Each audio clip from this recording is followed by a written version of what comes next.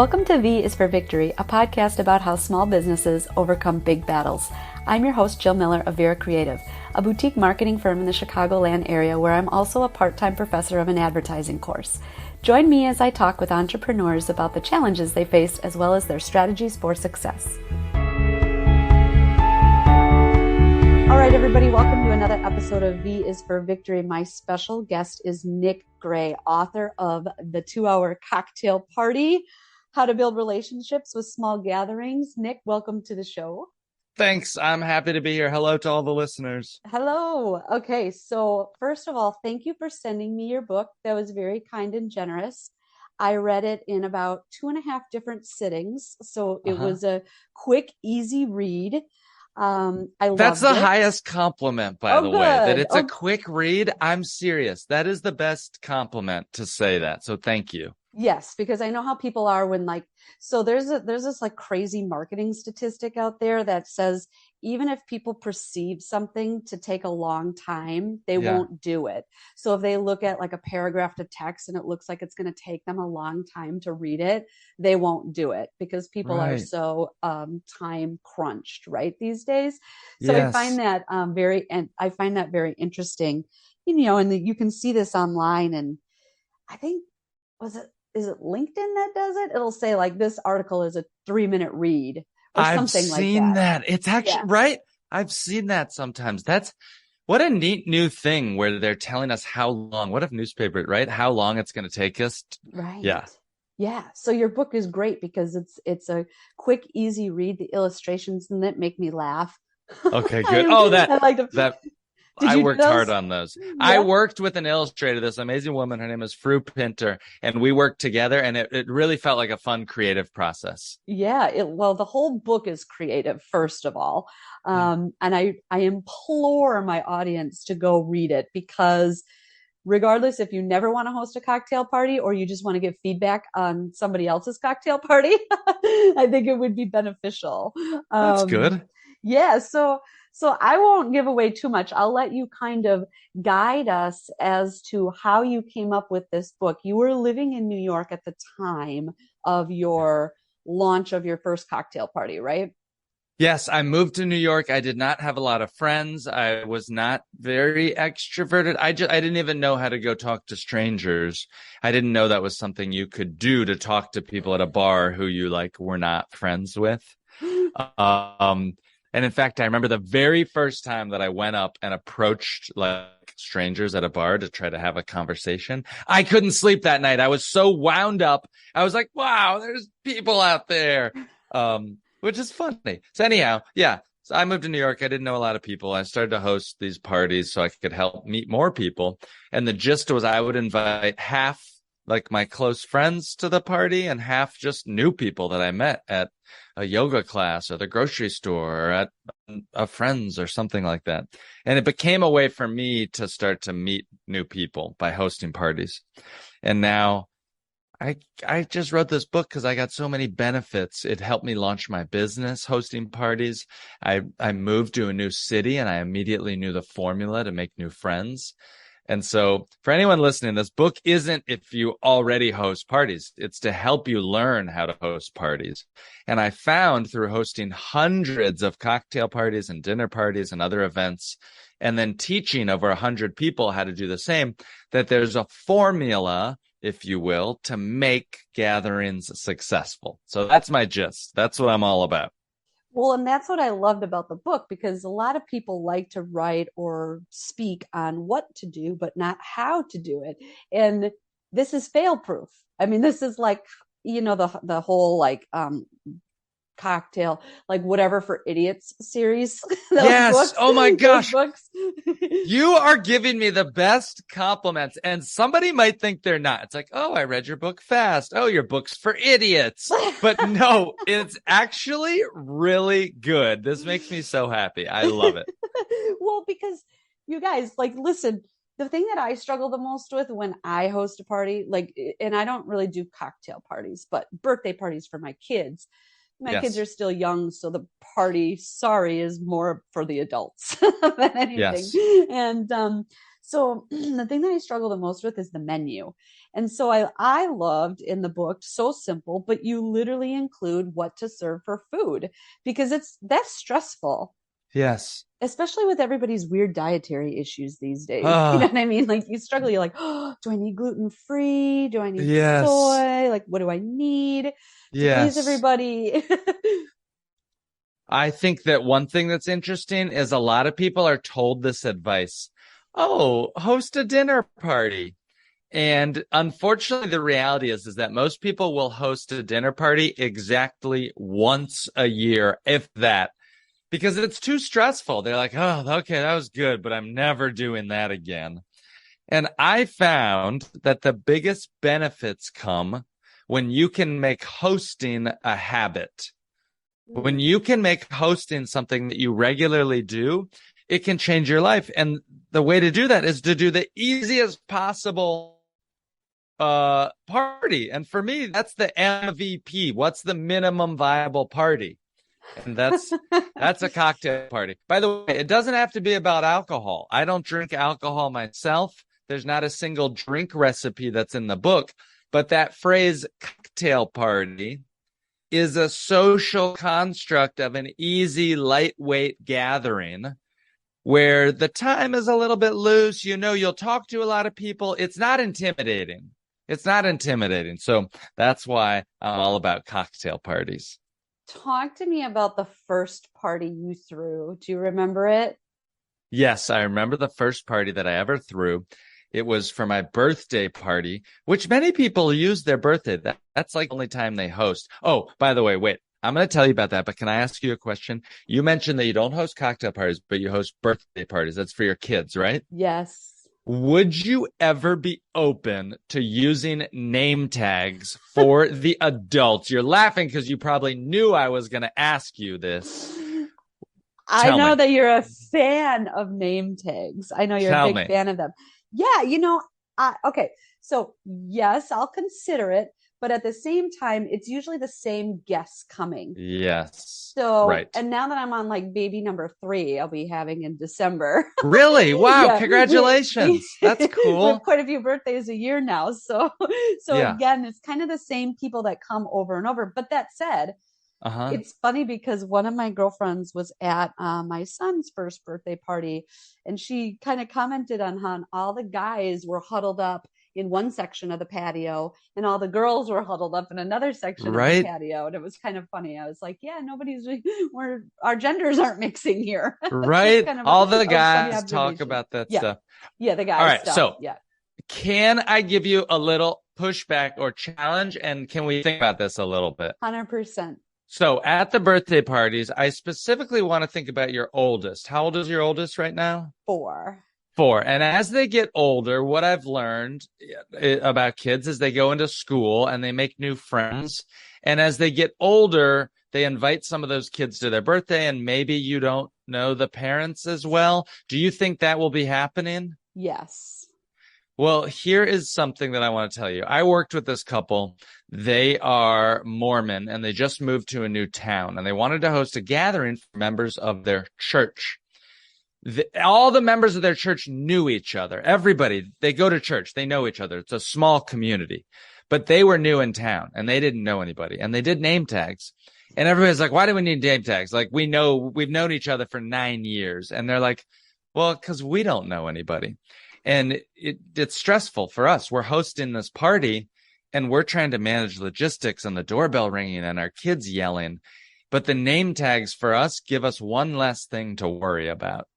And I think often when I help or convince people to use name tags, I say, even if there's one person at your party, just imagine your neighbor, Diane, she got out of a divorce and she's dating now and she invites her new date or like her partner or something. I'm not saying she'd bring that new person to a kid's birthday, but what's the experience like for that +1 that comes to your event, for the new neighbor, for the new mom or dad who just gets invited? And I find that when we use name tags, it's a visual unifier for everybody there, that there's no clicks, that it's a safe space to go up and strike up new conversations. And so I'm not trying to sound woke, but it's inclusive.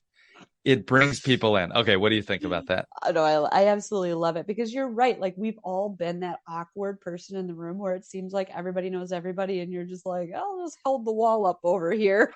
Yes, that's me. Hello. Yeah. So at these parties, when you met, can we talk more about? I just want a noodle Yeah. at that party because this is in exactly what happens. The guys split off. And what do guys talk about when guys get Right. together? Right. Right? Well, our Football, guys, sports, yeah, sports, guns. Yeah. sports, guns, things like that, right? Yep. And then the girls go off and what do the girls talk about? Babies and kids and Babies and clothes kids and yeah, and whatever. clothes and Yeah. things like that. Right. And I just wonder, I don't know. I wonder if there's something there. So already I'm gonna try to convince you to do name tags. I don't want to push my luck, but I wonder if you did do an icebreaker, what it would be like and if it would be helpful at all. Do the couples ever do? When do you hang with other couples? Do you guys ever do that? Unfortunately, not really. My social life is very sad right now. Well, you have a And lot going on. You yeah, have so much going on. You I'm like, literally did your groceries this morning, and I yeah, was like, 8 in the dang, this morning. woman is smoking me. Thank you for recognizing that. Yes, we have a lot going on. But this is another reason why I love the book because Yeah. making friends as an adult is very challenging. It's almost like we were never taught how to, it's almost like you have to learn how to do it as an adult, like you had to learn Right. how to do it as a child. And Yes. as it, what else is interesting is, so my husband and I'm 41 and still have, and I have very young kids.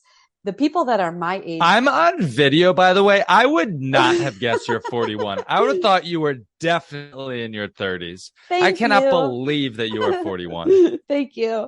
Yes, 41. My birthday was last Sunday. So Belated happy birthday. thank you. I didn't throw a cocktail party. I, so, but the people who have children my age are typically much younger than me too. So they have like more energy and they're just in different phases of their lives, right? Mm. And so it's very hard to make friends as an adult. Also, as an entrepreneur, and maybe you've heard this from other entrepreneurs, but it's like as an entrepreneur versus somebody in a 9 to 5, I feel like there's a difference there too, just in your free time and your availability, in your daily routines, Yes. that type of things. Because I'm still tied to my clients over the weekend, right? I'm like Right. always on, and that's Yes. also hard to have a legitimate two-sided friendship where you're giving and taking as much as the other person is giving and taking. So, and I'm sure you've heard that before. And again, that's why your book is great because it has taught me how to make friends now. And there's so much I could go into. You I'm better gonna be let you careful talk. because I'm going to try to convince you to host a party. You better, I'm gonna I do don't it. want, I'm gonna okay. do it, but I might have. Yeah. Can I have a co-host, or is that like cheating? Oh, I like the idea. Who would you do as your co-host? So my friend Jen is a super connector. She Yes. can connect people. She's the best of the best. The Yes. girl could literally just do this for a living and probably make millions because if she figured out Yes. how to monetize it. Because honestly, she just is such a good listener and Yeah. she's so genuinely interested in other people. She can talk to Yes. anybody, work a room. She's not afraid to get uncomfortable or awkward, and Yes. she listens and then always has somebody in mind to connect that person with. Yeah. And I think when we talk about like this, okay, subtitle, how to build relationships with small gatherings, Yeah. that's what she's all about, is building Yes. relationships. So So, does Jill live in your same town? Does she live near you? Jen, yeah, yeah, Jen, I'm sorry. Jill, she's Jen, I know. How far away does she live? Oh, I don't know, 5 miles maybe. That's perfect. That's perfect. And do your circles overlap a lot? Yes, So would she be able to invite new people that you don't know? yes. So here's why I'm asking the questions. Number one, where would you host this? Her Would house you is host it at? gorgeous. Yeah. You know what? So, I just hosted a meditative retreat at her house. That's how oh, giving she really? is. Yeah, that was on my bucket list. I wanted to do like a yoga meditative retreat. I've been wanting to do it Yes. for years. And I Yes. walked into her house one day and I'm like, man, this setup really is perfect for what I need. Can I use your house? And she's like, sure. That Really? was awesome. Yeah, it was so Th- awesome. that's really cool. Okay, so here's my idea.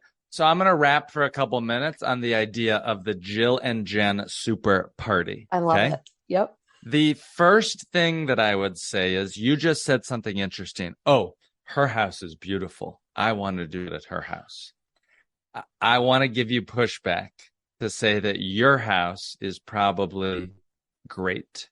I've worked with people again and again. My life is now just being like a party therapist to help people with like, you know, party, like PTSD, like party SD. And they feel that they're not enough. Oh, my house is too far away. My house is too small. I have 3 kids. My house is too messy. And what I've found is that those things actually don't matter as much as we think that they do. And when you invite someone into your own home, it is so vulnerable, it is so giving and so generous that you actually turbocharge your relationships. It's counterintuitive to think, oh, well, I project myself to be this online, but my reality is this. I'm telling you right now, I'm recording this from a very tiny, basically studio apartment that I live in. And if you were to look around, my kitchen is in the same room as my living room is in my office. I'm looking, that's why I have a green screen, because I have a small, tiny apartment. Okay. But I'll tell you what, that inviting someone into that space to show that authenticity turbocharges your relationships and your connections. And so my suggestion to you, because I also advise people that their first party should be a very low stakes affair. What do I mean by that? I mean, don't invite the person you want to impress to your very first party.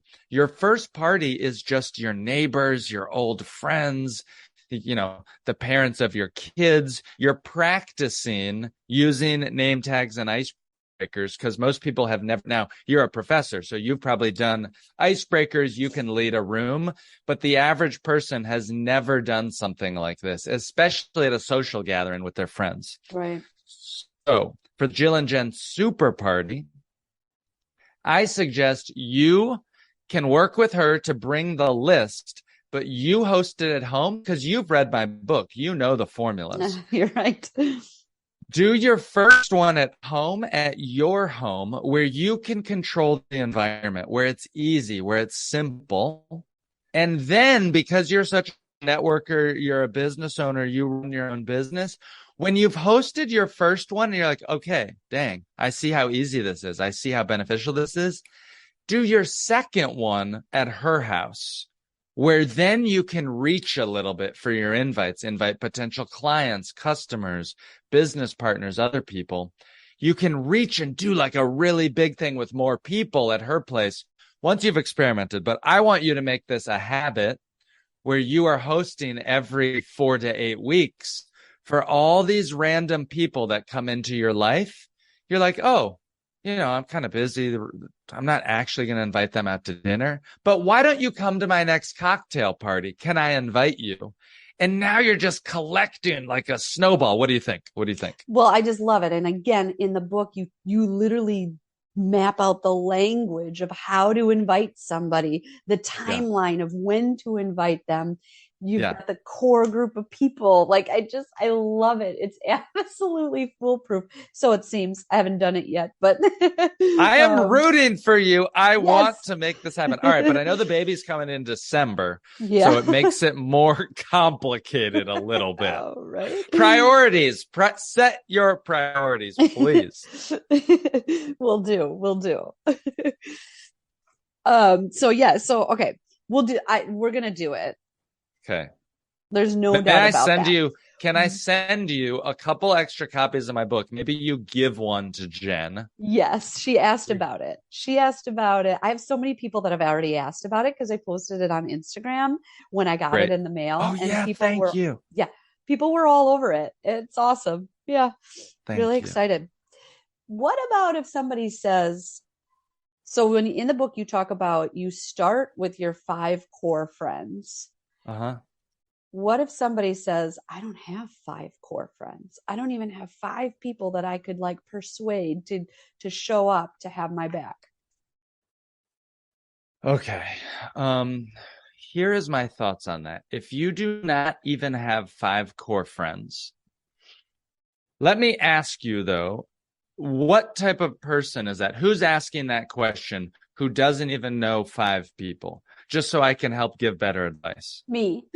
Like I feel like, so Jen and I have a group of girls that we like did a couple networking events with and we Yes. went to dinner with, but I wouldn't call them core friends. I would not say that in my life, in my city, I Yes. have 5 core friends where at any given time I could call upon them and they would absolutely have my back.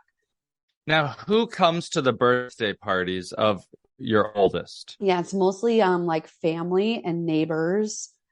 Yes. And So then can this those, last one, it was a little bit of like my when my daughter turned 4, we did invite some of her classmates and the yes. parents. Yeah. Okay. Who of the people that came to the last birthday party, you mentioned family and friends and neighbors. Yes. They may not feel like your ride or die, Right. but they've been to your house, like they come to your Yes. events. And Yes. that's who I'm talking about. Okay, got it. Got it. So you have your Jen and she is your core. Yeah. Okay. And so you're going to check with her on that date.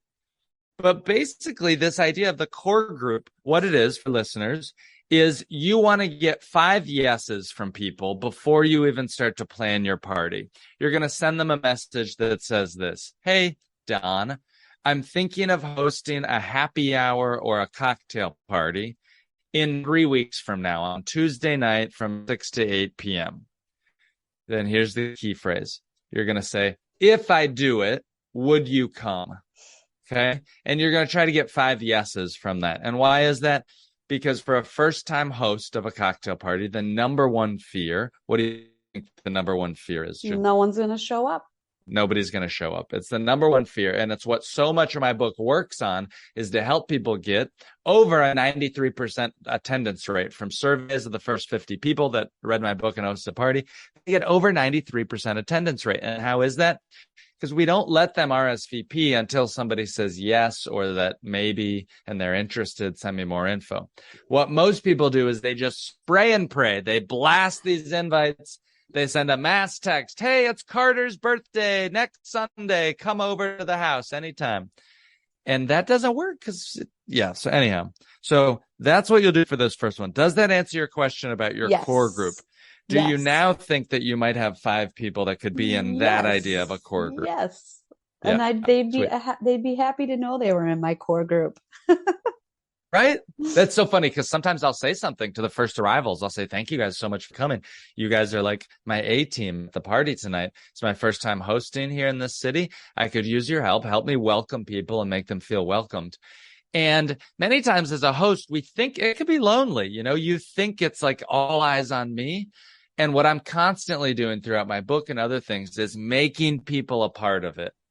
I have that secret weapon called guest bios. Did you get to that chapter yet? The guest bios are in the reminder messages. Yep. And they're little blurbs about people. So, for example, if you were writing one for Jen, it might be like, you know, Jen is a turbo connector here in town. I hosted a yoga retreat at her house recently. Ask her about why we're friends, right? You're just giving little conversational access points about people that I find are helpful to start new conversations. What do you think about those? I love that. And in the book, you also pointed out that it makes people feel seen and heard and special. Like, oh, I made the bios. Right? Right. But then my secret is I almost do bios for every single person at the party. Yeah. These days, that's what I do. Yeah. Well, you don't want to leave anybody out. Yeah. Yeah. Yeah. No, it's so great. And I want to remind people just to pick up this book because it's stuff, it's simple, but it's not thought of. It's stuff you don't think of to do. Right. You know, we think of all the logistics that go into the invitation, just like, okay, I got to put the date, the time, and this, but it never occurred to me to put bios. Yes. Right. Oh, I just had an idea. Have you planned a baby shower? Well, so here's the thing. When you have like multiple babies, you don't get them anymore. Got it. Got it. I have planned in the past though. Yes. Got it. Got it. Got it. So by the third baby, people are like, all Yeah. right, You're like, we're they're like, stop it already. We're tired of giving you diapers. we're tired. You can't do this Yeah. trick anymore. Yeah. I helped a guy. His name is Shen, and he's out in California. And he and his wife are having their first child, and they were having a baby shower. And he said, "Oh my God, I just got your book. What can I use from it? My baby shower is Saturday." I think I talked to him on Tuesday. So Ooh. I said, "All right, let's talk about this. Number one, you're going to do name tags." He said, "Wow, I got to try to convince my wife." I said, "Look, what's the purpose of the baby shower? Number one, it's to celebrate you and your wife on this journey and things like that. But I'm guessing you're inviting all these people from your life that you want that like a wedding. You want them to mix and meet a little bit." And he said, "You're exactly right. There's so many family that are coming and also the friends. And what we don't want is them to be two separate parts to the party." So I said, "Awesome. Let's do name tags. Tell your wife that it'll help people to make new friends and meet people." I said, the second thing, I said, "What time is your group photo going to be?" He said, "Group photo? What do you mean a group photo?" I said, "Bro, you're hosting a baby shower. You're going to have all these friends and family. Let's get everybody together for one photo that you can look and be thankful of and put that on the refrigerator afterwards." And so I suggest in my book, everybody gets a group photo at every event that they do. It's such a nice memory. But the secret is that you're going to use those group photos when you invite people. So Yeah. Jill, when you're out at, proof that your party is a success. you know it. Yep. You know what's up, right? It's a Yep. proof. It's to say, look, I have friends. I'm cool. I'm cool. These people are my friends. Will you come over and be my friend, maybe? And I do that. It's so genius. What else is in the book? Remind me, because you're like totally triggering all these things. The name tags I remembered about for sure. The group photo. Talk to me about the breakout sessions. So I'll talk about the breakout sessions. So if you bump into somebody, for somebody that's listening, if you're like, "Oh, I read this book. What's it about?" Think about my name. My name is Nick, N-I-C-K. N stands for name tags. I stands for icebreakers. C stands for cocktails only, no dinner. K stands for kick 'em out at the end. It's only a 2-hour party. N-I-C-K, the Nick Party method. That is not coincidence, people. I was actually brainstorming that. Yeah, so that's the gist of my party. It's a fast-paced party, and here's why the party, it's not a crazy drinking bender. Why is your party going to be fun and successful? Why are people going to love it? Because you're going to invite people from various parts of your life. Like with Jill, I hope she invites some of her family, some of her neighbors, some of Jen's friends, and some of the people that came to her kid's birthday. When you bring all those people in a room and then you do 3 rounds of icebreakers, you'll help people to mix up and meet new people. As adults, just like she said, it's hard to make new friends. Nobody teaches us how to make friends. Your party will be an intentional way for your friends to meet new people. And I'm not saying that your friends are going to leave with 15 new friends, but I bet they'll leave maybe with one person that they think is interesting. And that's more than most people meet. The reality is that's more than most people meet. Because what do? We go to parties and we just talk to people that we know. Right. We stay where we're comfortable. So briefly, because I know on time, but I'll tell you what the icebreaker is. Can I give you an example of how I do it? Yes, please. I love the icebreakers. And you even tell people what to say. You tell it. I list all the scripts. I list the word for word exactly. And like when you talk about like start with yourself and ask the person next to you if it's okay if they go next. So then people know what order they're going to go around in the circle, because who doesn't just sit there and think about what they're going to say? You don't even listen to the other person talking. But if you know, okay, that's the direction they're going, he's not going to call on me at random, I don't have to stress about this. It's genius. Exactly. So the icebreaker works like this, exactly like you said. You give people the expectation of what's going to happen. You say, "Hey, everybody, I want to do an icebreaker because there's so many cool people here from different parts of my life. And I hosted this party with the hope that maybe you'll meet somebody new. So we're going to do this icebreaker just real quick. You're going to say your name, briefly say what you do for work, and then tell me what one of your favorite things to eat for breakfast is. And, I'm not looking for your most favorite. I'm just looking, what's your go-to breakfast? Pause. The reason we ask the breakfast icebreaker, it may sound childish, it may sound silly, but at the beginning of a party, when there's no rapport, when people aren't trying to be vulnerable, they're just like, what is going on? You want the easiest possible icebreaker. One that doesn't inquire a lot of thinking, right? It's not a brain teaser. One that doesn't elicit judgment, right? I don't want to know what their favorite book or movie is. That's scary. That's hard for me even to think. Breakfast, everybody chooses or not chooses to eat. They probably did it that day. They know breakfast. What is it? Just go, go, go. And these icebreakers give people an excuse to express their personality a little bit. If somebody says they only drink black coffee, okay, that's that person. If somebody says they love pancakes and waffles with blueberries and syrup, I'm going to their house. Okay.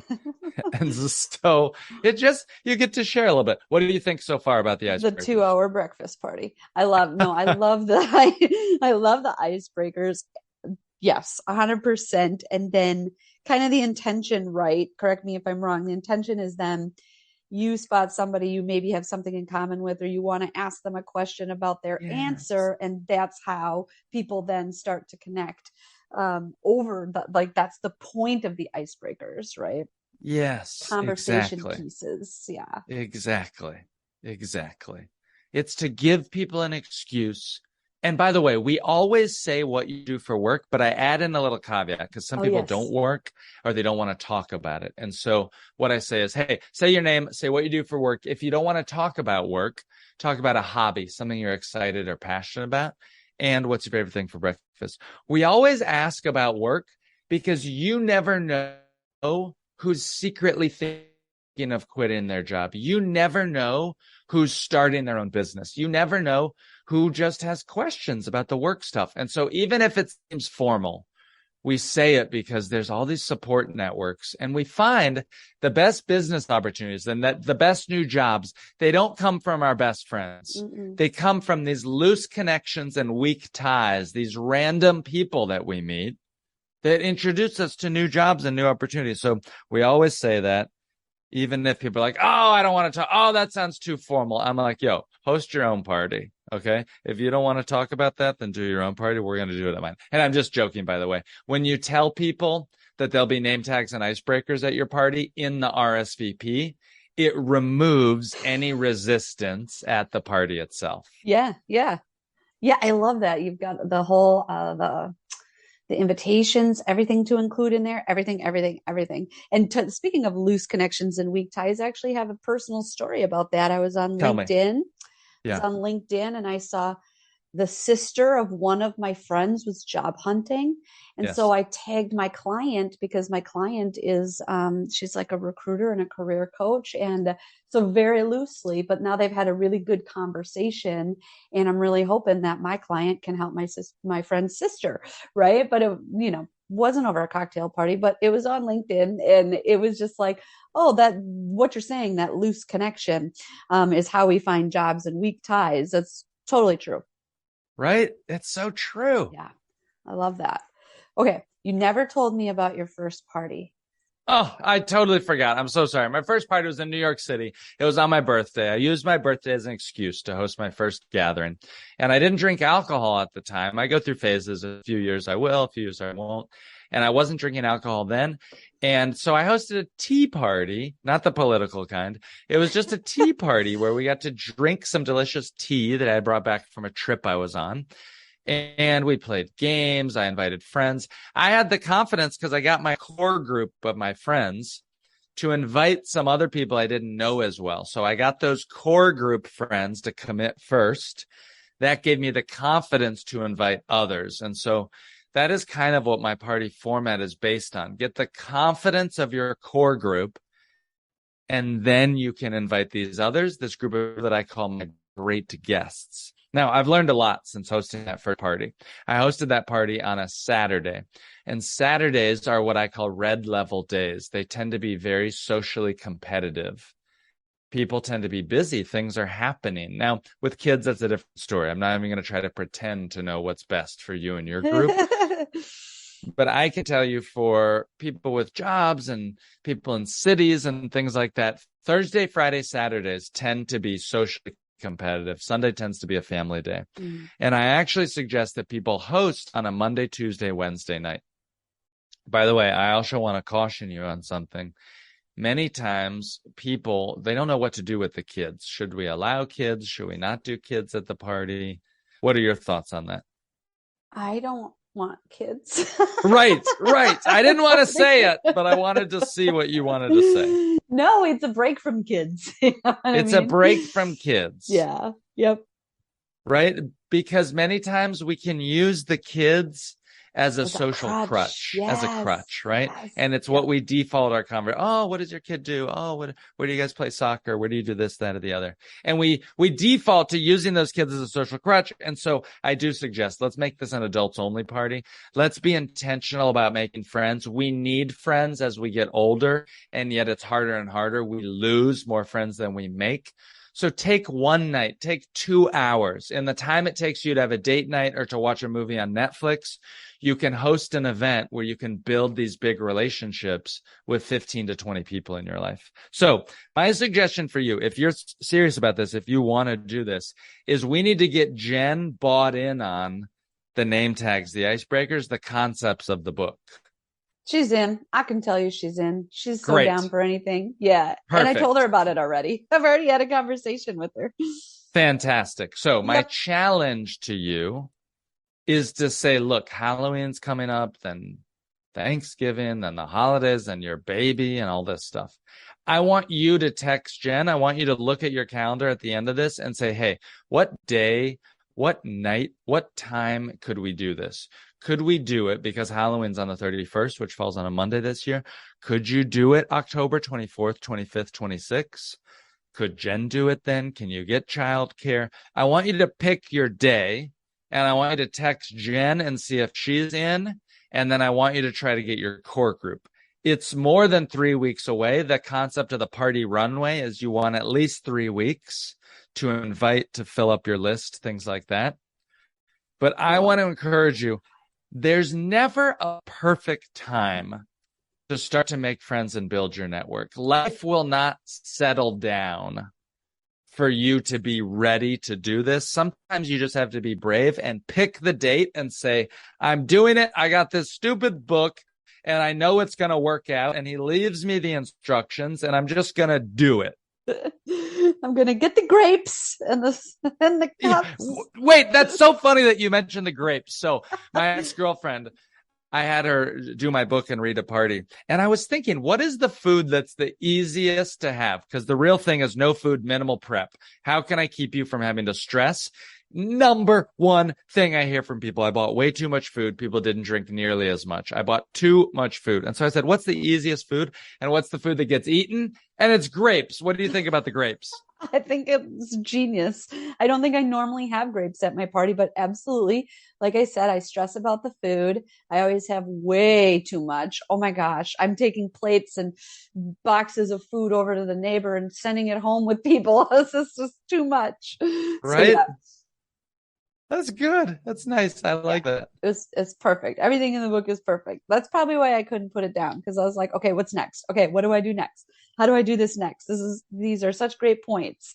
How many Right? outlines? Like, how long did it take you to hone in on like this is the formula? It took me years. I hosted hundreds of parties, literally Mhm. hundreds. And then I taught it to different people because I need to learn a formula that works for everybody, not just that works for some people, but I need for everybody. And so that's why the formula does seem not dumbed down, but it's like, okay, what's the easiest social gathering? What icebreaker works 100% of the time?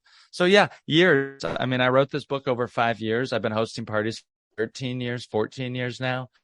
So I'm happy to share it because I got so many benefits. It literally changed my life. And I believe that any one friend has the ability or potential to change your life. That's what I'm excited about. I love that. Normally I end my shows with like something question like what does the world need to hear? But I feel like that's what the world needs to hear, what you just said. But is there anything else that you would want to share? There's nothing else. I'm on a mission to get 500 people to read my book and host a party. And, a lot of people will buy a book and maybe not do anything. And so I'm interested in those that actually want to take action and actually want to host a party. And I now have at the time of this recording, I have 76 people, which is kind of a lot. I've sold over 5,000 copies, but I've actually gotten to have phone calls the next day with 76 people. I love talking to people the day after their party to hear their joy and happiness and all the things that surprise them. So if you're listening to this and you buy my book, please reach out to me. I'm so serious. I will jump on the phone with you, and I love to talk to people as they're planning their party, as they're thinking about it. So I hope I can do that with Jill and Jen after y'all's party. Yeah. Yes, I'm super excited about it. Where can people find you and connect with you online and buy the book? Where's the best places? Check me out online. I'll post some links in the show notes for how to plan a happy hour, how to host a clothing swap, how to plan a networking event. I'm really big on Instagram. I post stories there a lot. I'm at Nick Gray News. And then I have a personal website, www.nickgray.net, where I blog. And I've got, fun things and a friend's newsletter and stuff like that. So we'll put it all in the show notes. Yeah, absolutely. Oh, that's awesome. Nick, thank you for the book. Thank you for your time. Thank you for your encouragement, most of all. You're so positive. I love it. I feel like, you got my back on this. I can't fail. I got your back. I want to know when the date is, and I'm going to send you some more books for your friends. Okay, thank you. I appreciate that. So listeners, the 2-hour cocktail party, how to build relationships with small gatherings by Nick Gray. Go pick it up, check it out, check the episode notes. And thanks again for listening. And again, thanks, Nick. Just thanks for your time and being a great guest today. Thanks for having me. Let's party on.